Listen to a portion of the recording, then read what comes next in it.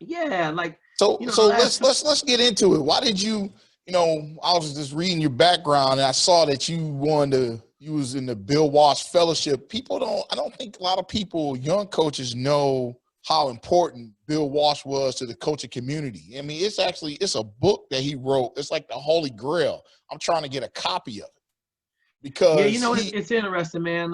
The NFL could fix its problems overnight, but I don't think they really want to fix their problems overnight. It goes back to I've talked to a couple NFL organizations, and everybody's looking for a Band-Aid right now.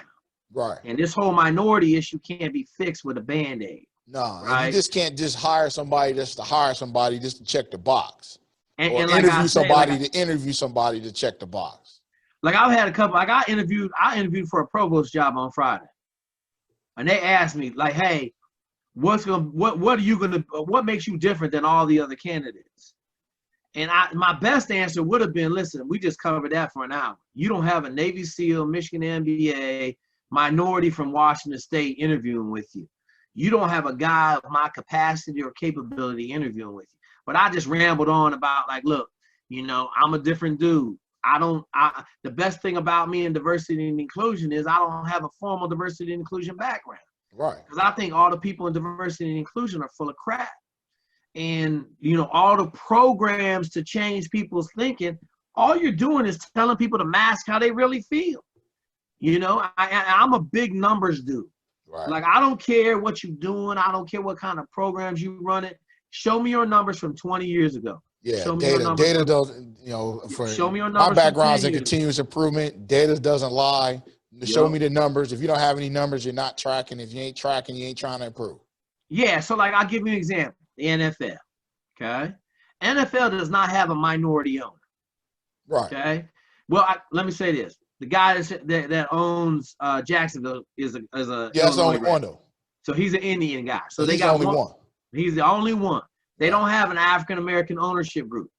They wouldn't let P. Diddy and Ice Cube buy Carolina. Right. Okay. So that's all you got to know. They don't, and the only reason they trying to affect the brand now with all these diversity and inclusion guys, because they're trying to do a Band-Aid. Right. So I got a solution for the NFL, and I sold it to a guy in the NFL, and he said, "Oh my God, that'll work." I said, "Yeah, but it's an 8-year solution. It ain't I can't fix your problems this year. No, it doesn't. It doesn't happen overnight. I can't This make a this black. is a cultural thing. Yeah, I don't even think it is cultural a little bit, but it's more so everybody protecting their turf, right? So, the other part of it is, who do you know? If you don't run in the circles with the owners, it's gonna be hard to be a GM. Ah, okay. Right? Yep. Like if you're not in the GM meetings, it's hard. Like they're not hiring some dude they don't know. They're not giving him the keys to a $4 billion business in the case of like any of the mid-major NFL teams. Dallas Cowboys probably worth close to $10 billion right now. Right. They're not giving the keys to that Corvette to some dude they don't know. Right. It doesn't matter how capable he is. Yeah. So that's the whole premise of what I've been selling. I took a couple calls from Fortune 500 companies too.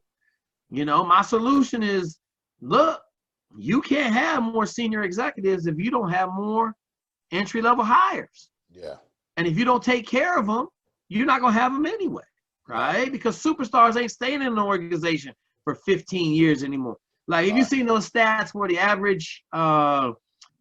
average person in this generation will work 7 jobs before they're 40. Right. If you go back 20 years, it would be you'd have 2 jobs in 20 years. Right. Right. And so that's what people don't understand. Yeah, people don't understand. Like, it's different. Like, not having, retirement, and just the whole how things are. It's more acceptable now to continue to improve your situation versus being loyal to an organization that, a lot of times it may not be loyal to you because you're comfortable just being there. I mean, we saw it. I ran the Executive Leadership Academy here at University of Illinois. Right. For the athletic department. And so that first year, man, it's the most leadership capacity I've seen in any organization ever. Okay. There was 7 clear-cut superstars in 45 people. I was amazed. Wow. So I told them, I said, listen, 4 of the 7 are very junior. One of the number 2 person had been here for 3 weeks. And I told them, I said, listen, if you don't promote these people and you don't challenge them, Right. they're going to leave. Yeah, they're going to leave. And, and it happens all the time with a lot of people, a lot of good workers. And you should never make in leadership, you should never make money or appreciation the reason why someone leaves. Absolutely. If you can't take care of those 2 things, expect your organization to always struggle, and you always be in a state of, we got to replace, and we always got to, you know, especially if you don't have bench strength as well, you have to get, yeah. It comes back to understanding what the superstars look like, though. Yeah. Right. That's the caveat that I tell everybody. Like, I could teach anybody to see what the superstar looks like, but 90% of the leadership, they're losers. And so they're like, oh, I can't promote that. She's only been here 3 weeks, Jake. Why would I give her any attention? She needs to do 10 years here before. Yeah, see, okay so she's going to be gone in 2. Nah, she left in 18 months. She worked for the Minnesota Vikings and the Minnesota Twins now. Okay? So of those 4 guys, none of them are left at the school anymore.